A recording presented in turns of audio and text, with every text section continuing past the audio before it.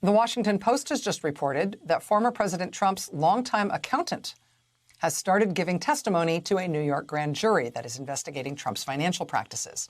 This is the investigation that's reportedly looking at alleged tax fraud, alleged bank fraud, alleged insurance fraud by Trump and his company. This is the investigation that has already produced felony charges against Trump's business and the chief financial officer of his business. This is the investigation that has already obtained millions of pages of financial records related to Trump from his accounting firm.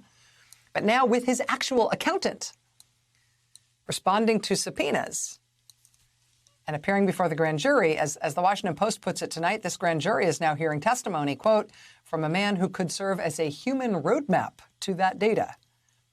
His accountant, in other words, could serve as a human decoder to the millions of pages of financial documents that investigation has already obtained about Trump and his business.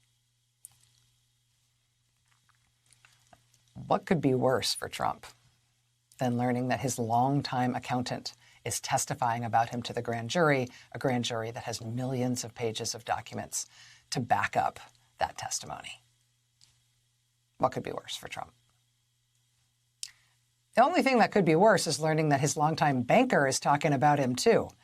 And indeed, the Washington Post was first to report tonight that Rosemary Vrablic, Trump's longtime banker at Deutsche Bank, who has handled hundreds of millions of dollars in facially inexplicable loans to Donald Trump through the years, through Deutsche Bank. The Post reports tonight that she is also talking to prosecutors now in the Trump case.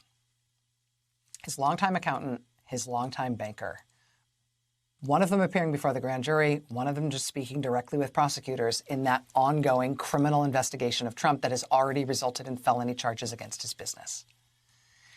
And all of that news for Trump broke tonight before we got this new ruling later on this evening from a federal judge in Washington, D.C., ruling that, in fact, yes, Trump's tax returns must be handed over to the House Ways and Means Committee. This was a Trump-appointed federal judge who made this ruling, for what that's worth, but the law here appears to be kind of a black letter, no wiggle room situation. Trump will certainly appeal this ruling, and the judge's order that the tax returns have to be conveyed to the House, that ruling is on hold while the inevitable appeal goes ahead. But like I said, kind of a bad day already for individual one, right? With his longtime accountant and his longtime banker both involved in the criminal prosecution of the ongoing criminal prosecution and investigation of him and his company in New York. An adverse ruling against him in terms of handing over his tax returns to the Ways and Means Committee that's been investigating that along a number of different lines. It comes as his White House chief of staff is being referred to the Justice Department for criminal prosecution in conjunction with what we now know is a great guns investigation that is openly talking about Trump in relation to at least one serious federal felony charge that brings with it a 5-year prison term. Yeah, how was your Tuesday?